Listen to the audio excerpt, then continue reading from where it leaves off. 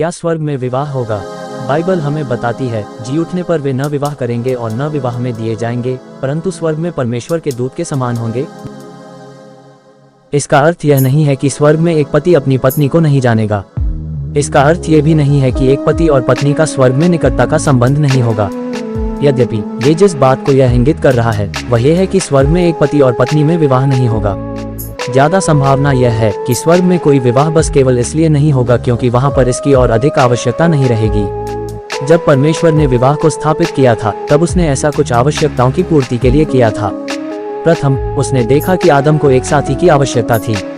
फिर यहोवा परमेश्वर ने कहा, आदम का अकेला रहना अच्छा नहीं है, मैं उसके लिए एक ऐसा सहायक बनाऊंगा जो उससे मेल खाए। हव्वा आदम के अकेलेपन की समस्या का समाधान थी, साथ ही वह उसके लिए एक सहायक की आवश्यकता को पूरी करती थी, अर्थात कोई व्यक्ति जो साथ में एक साथी के रूप में खड़ा होता है और पूरे जीवन उसके साथ ही रहता है।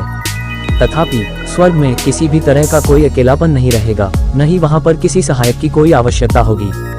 हम वहाँ पर विश्वासियों की भीड़ और स्वर्गदूतों के साथ घिरे हुए रहेंगे। प्रकाशित वाक्य 7:9 और हमारी सारी आवश्यकताएं पूरी की जाएंगी, जिसमें हमारे लिए साथी की आवश्यकता का होना भी सम्मिलित है।